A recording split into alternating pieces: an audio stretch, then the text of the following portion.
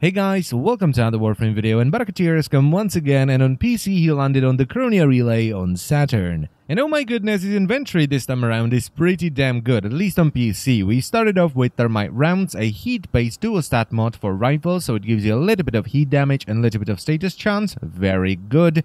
We move on to Scattering Inferno, which is basically the same thing, but for a shotgun, so a little bit of heat, a little bit of status. Then he brought Prime Point Blank, something you should definitely pick up if you're a fan of shotguns, because it just skyrockets your damage, so this is something that you should really invest into if you do indeed want to play with primary shotguns. Then he brought back Prisma Grakata, which I sold like 3 days ago for a video, and I need to pick it up again.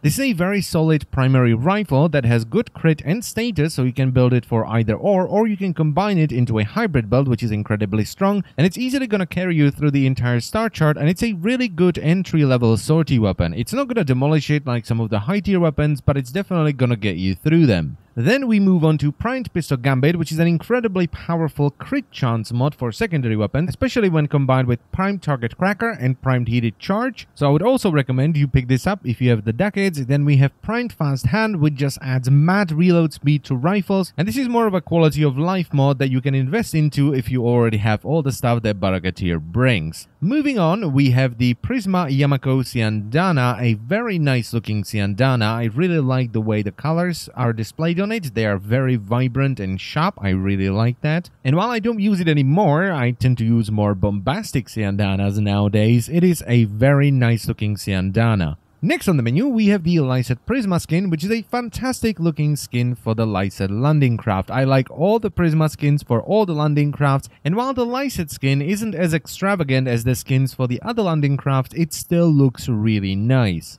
He also brought the Prisma Sejo, which is a very nice looking Sejo. It's nothing too over the top, it's quite simple, but I like the look of it, it's rather nice. Then he brought all three of the Assassin Beacons, so the Zanuka Hunter 1, Stalker 1, and Goosetrack 3 ones, and these will just summon their respective assassin once you equip them in your gear slot and use them in a mission, though bear in mind that these are one-time use, so you're paying 200 ducats plus 125,000 credits for one assassin, so either one Zanuka, one Stalker, or one set of Goosetrack 3. Then he brought the Teer Kavat armor. This is one of the items that I just don't buy because I don't use a Kavat most of the time, but I also think it looks kind of dumb, especially the helmet. But, you know, if you like it and you like running Kavats, go right ahead. Then he brought the Zephyr Immortal skin. This is a very expensive skin for the Zephyr Warframe, and this basically just changes the paint job of the original skin. It doesn't change the model in any way, shape, or form. So this one is just down to personal preference, so it's very much up to you. You can see the comparison on the screen right now, and here you can see how the colors are displayed on the Immortal skin. I'm not gonna lie, I did run into some really good combinations when I was flicking through this, and I did end up using the skin for the gameplay section that's coming in a little bit.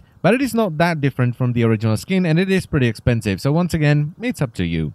And the final item on the menu is, as always, the Sons of Inaros questline blueprint, which is the item you need if you want to get Inaros, and something you should definitely get because Inaros is a really fun warframe. Now, my recommendation today would be to pick up Prime Point Blank no matter what, because as I've said already, you're going to use that on literally every shotgun, and it's going to skyrocket your damage output. I would also pick up Primed Pistol Gambit because it can give you an insane amount of damage on some of the top tier secondary weapons, especially when combined with the other two primed mods. You can also pick up both of the dual stat mods if you're not a big fan of spy missions and heavy RNG, because they are both available in the game. You can get Scattering Inferno from the spy mission on the moon, and Thermite Rounds is available from tier 3 Kuva spy mission, so you can get them, but it's a lot of RNG, and if you're just not a fan of that, buy them from Baro instead.